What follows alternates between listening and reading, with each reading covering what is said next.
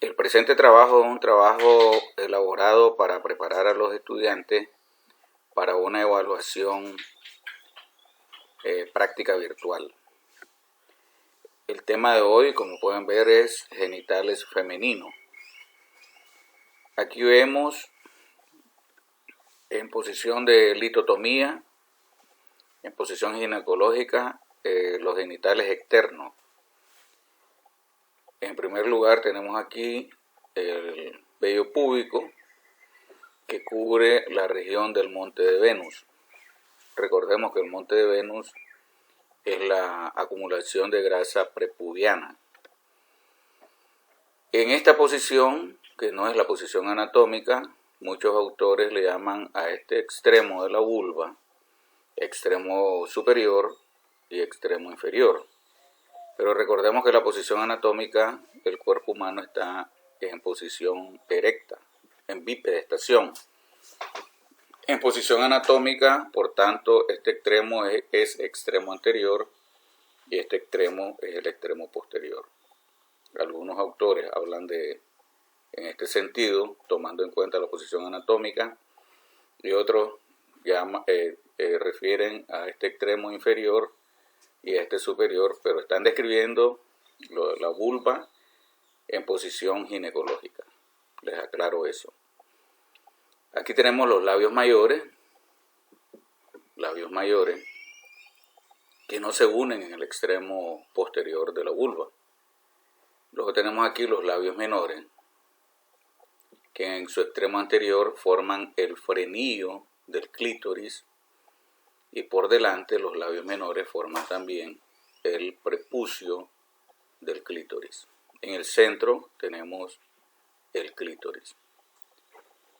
El espacio, por definición, el espacio limitado por los dos labios menores, todo este espacio recibe el nombre de vestíbulo vaginal. En el vestíbulo vaginal se abren el extremo inferior de la vagina, el introito vaginal, y se abren también la uretra, este es el meato urinario externo, y aquí, poco perceptible, tenemos los orificios donde terminan los conductos de esta glándula, que son las glándulas vestibulares mayores o glándulas de Bartholin. Los conductos de esa glándula se abren en el vestíbulo vaginal, a este nivel. Esta línea está señalando el orificio de desembocadura de las glándulas vestibulares mayores o glándulas de Bartholin. Aquí tenemos el himen. El himen son los restos del himen o carúnculas himeneales. Vemos también aquí la pared anterior de la vagina y aquí atrás la pared posterior de la vagina. Este es el espacio conocido con el nombre de periné y por supuesto el ano. Esas son las estructuras que estamos viendo en esta imagen. En esta otra imagen tenemos a la arteria pudenda interna, que es la arteria que al final da origen a las arterias labiales posteriores que irrigan los labios mayores y menores y terminan con sus ramas terminales. Las de la pudenda interna son las arterias dorsal y profunda del clítoris. Aquí tenemos los labios menores, tenemos el clítoris, el vestíbulo vaginal, todo este espacio limitado por los labios menores, el meato urinario externo, el introito vaginal, pared anterior de la vagina, y vemos disecados los músculos del periné. Este músculo que tenemos aquí es el músculo superficial del periné. Este músculo es el bulbo esponjoso o bulbo cavernoso. Este músculo es el isquio cavernoso, que cubre el extremo posterior de los cuerpos cavernosos del clítoris. Esto que tenemos aquí es el cuerpo del clítoris. Podemos ver que este músculo bulbo esponjoso o bulbo cavernoso está cubriendo, a este lado está resecado el músculo cubre a esta estructura que aparece aquí en azul, que es precisamente el bulbo vestibular. A ambos lados del introito vaginal se ubica el bulbo vestibular, que sabemos que es el equivalente al cuerpo esponjoso del pene. O sea, el bulbo vestibular es tejido eréctil. En el extremo posterior de los labios mayores, por detrás del bulbo vestibular, tenemos la presencia de la glándula vestibular mayor o glándula de Bartholin. Esta glándula, en ocasiones por infecciones genitales, se infecta y se conoce como bartolinitis. Producen un verdadero absceso que es necesario el drenaje quirúrgico. Entonces aquí tenemos el músculo isquiocavernoso, el bulbo cavernoso, el músculo transverso superficial del periné. Tenemos al músculo elevador del ano, que forma el piso pélvico o diafragma de la pelvis, sobre el cual descansa una víscera pélvica. Y rodeando el conducto anal tenemos al músculo esfínter externo del ano.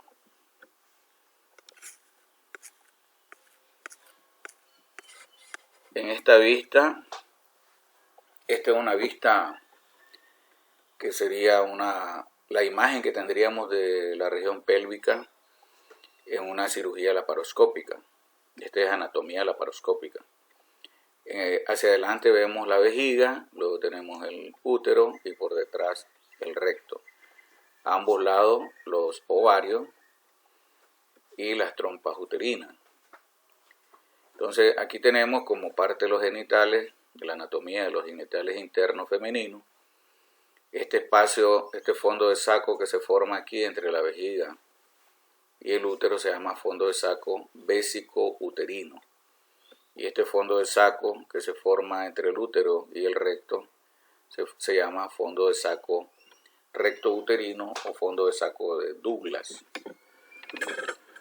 El fondo de saco de Douglas tiene una pared derecha y una superficie que lo limita al lado izquierdo. He leído algunas notas operatorias y no cometan ese error, que ponen fondo de saco de Douglas derecho, fondo de saco de Douglas izquierdo. Eso es un error garrafal. El fondo de saco de Douglas es uno solo. No es como estamos observando aquí, dos ovarios, un ovario derecho, un ovario izquierdo. El fondo de saco es un repliegue peritoneal, un fondo de saco peritoneal que es uno, que tiene una región derecha o superficie derecha y una superficie izquierda. Esa es otra cosa. Usted puede en una nota puede decir se encuentra una colección purulenta en el margen derecho del fondo de saco de Douglas, pero no puede decir en el fondo de saco de Douglas derecho. No existe. No existe el fondo de saco de Douglas derecho. Existe una región derecha del fondo de saco de Douglas, una zona izquierda y una zona central del fondo de saco de Douglas, pero el fondo de saco de Douglas es uno solo. Aquí estamos viendo el sigmoide, el recto. Vemos aquí quizás los ligamentos más resistentes que tiene, de sostén que tiene el útero, que son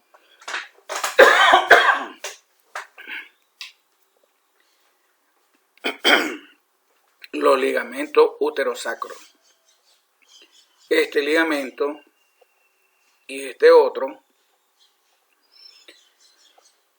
son los ligamentos uterosacros. Aquí tenemos el fondo del útero, el cuerpo del útero. En esta imagen tenemos el fondo, esta es la zona del cuerpo y este es el cuello uterino. Entonces aquí vemos fondo, cuerpo y cuello uterino. En las trompas tenemos el pabellón o infundíbulo con las fimbrias. Estas franjas se llaman fimbrias del pabellón de la trompa uterina.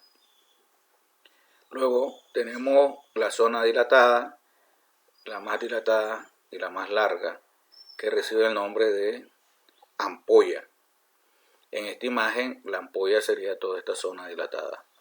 Ampolla de la trompa uterina. El pabellón o infundíbulo y estas franjas de tejido de la trompa se le llaman fimbrias. Una de las fimbrias, como podemos ver aquí, se une al ovario y a eso le llaman fimbria ovárica. Este ligamento que vemos aquí es otro ligamento del útero, es el ligamento del útero que recorre el canal inguinal. Ahí estamos observando que penetra en el anillo inguinal profundo y se dirige a los labios mayores de la vulva. Es el ligamento redondo del útero. Aquí tenemos el ovario. Este es el extremo uterino y este es el extremo tuárico. Vemos aquí uno de los ligamentos del ovario, que es el ligamento útero-ovárico, llamado también ligamento ovárico propio. Desde la pared posterior del abdomen, recordemos que esta es pared posterior, aquí estamos viendo la bifurcación de la aorta, la formación de la cava inferior. Entonces esto es pared posterior del abdomen. Desde la pared posterior del abdomen se forma este pliegue peritoneo a través del cual discurren los vasos ováricos. Entonces ahí estamos viendo otro ligamento del ovario, que es el ligamento infundíbulo pélvico o ligamento suspensorio del ovario. Entonces aquí pues tendrían que poner vaso ovárico. La respuesta sería vasos ováricos a nivel del ligamento suspensorio del ovario o ligamento infundíbulo pélvico. Volviendo a la trompa, pabellón, ampolla, istmo, y en este corte el segmento de la trompa uterina que atraviesa el músculo uterino le llaman porción intersticial de la trompa uterina o porción uterina.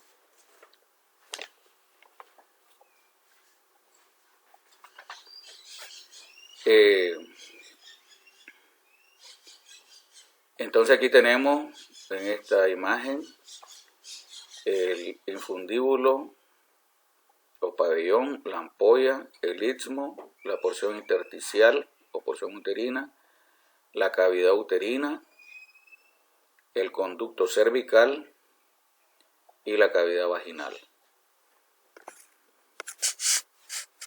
En esta imagen tenemos que es un corte sagital, vemos